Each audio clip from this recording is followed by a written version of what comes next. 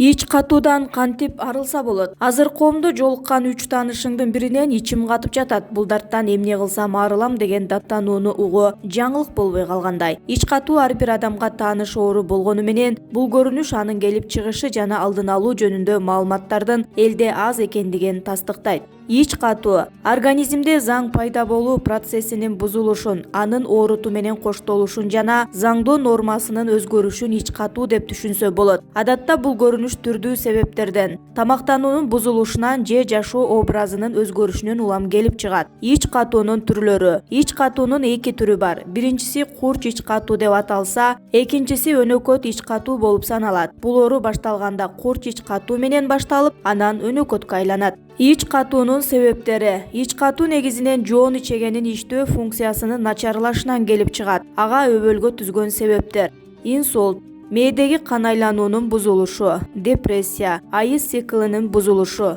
семирүү, кант диабети, ашказан жарасы, жоон ичегенин шишиги, чат булчуңдарынын функцияларынын жоготушу, ашыкча тоюп алуу, кыймыл аракеттин аздыгы.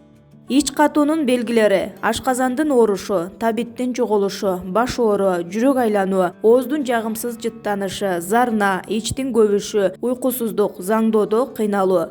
Ич катууну кантип аныктаса болот? 2 же андан ашык күн заңдоо үчүн дааратканага барбаган абал ич катуу болуп саналат. Болбосо норма боюнча ар бир адам күн сайын бир жолу заңдап туруусу шарт. Ал эми жайкы, күзгү мезгилде, тагыраак айтканда жашылча жемиштер бар болуп турган маалда талап боюнча 2 жолу дааратканага барып туруу керек.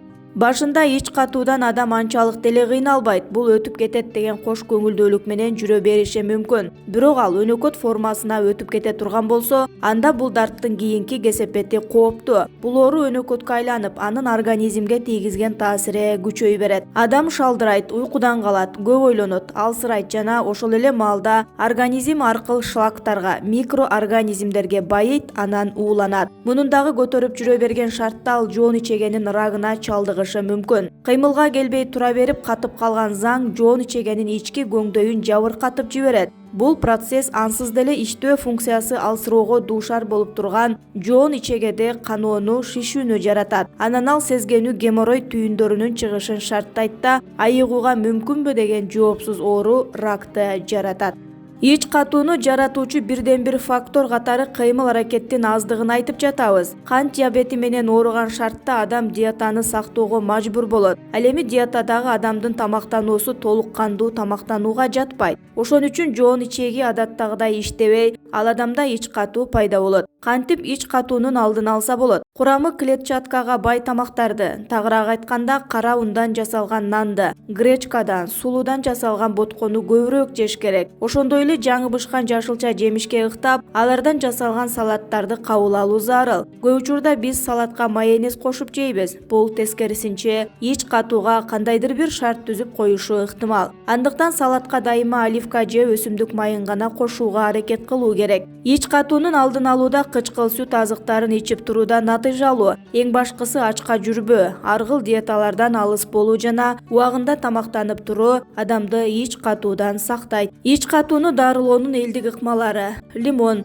Анчалык чоң эмес лимондун ширесин толугу менен сыгып, ага бир жумуртканын сарысын жакшылап аралаштыруу керек. Мындан соң аралашманы 1 стакан апельсин ширесине кошуп, ич катуудан арылганча ичип турасыз. Өсүмдүк майы. Жарым стакан 100 грамм өсүмдүк майы менен уктаар алдында клизма жасап, анан эртең мененкиге чейин капталдап жылуу жатуу зарыл. Бул ыкманы ич катуудан айыгып, ашказаныңыз жакшы болгончо күн сайын жасай бересиз. Айран. 1 стакан өтө муздак эмес айранга 10 грамм өсүмдүк майын кошуп, экөө бири-бирине жакшы сиңгенче 5 мүнөттөй аралаштырып туруу зарыл. Анан мындай аралашманы уктаар алдында өзүңүздү жакшы сезгенче ичип турасыз. Суу. Уктаар алдында кадимкидей эле клизма жасап жатып, эртең менен турганда ач карын 2 стакан муздак суу ичип, андан туп-туура 1 саат өткөндө тамак ичүү керек. Мындай ыкманы 1 же 2 жума тынымсыз жасасаңыз, ич катуудан арыласыз. Бака жалбырак. Бака жалбырактын уругун чогултуп алып, андан идишке 1-2 аш кашык салып, үстүнө 1 стакан сууну куюп, жай отто 10 мүнөт кайнатуу керек. Бул кайнатмадан жылуу абалында күн сайын эртең менен ач карын 2 аш кашыктан иче бересиз. Какым. Жаңы жуулунган какымдын тамырларын таза жууп майдалап, андан стаканга 2 чай кашык салып, үстүнө кайнак суу куюп 8 саатка тыныктырып коюу керек. Анан айыкканча бул тундурманы 4кө бөлүп күнүнө 4 маал тамак алдында ичип турасыз.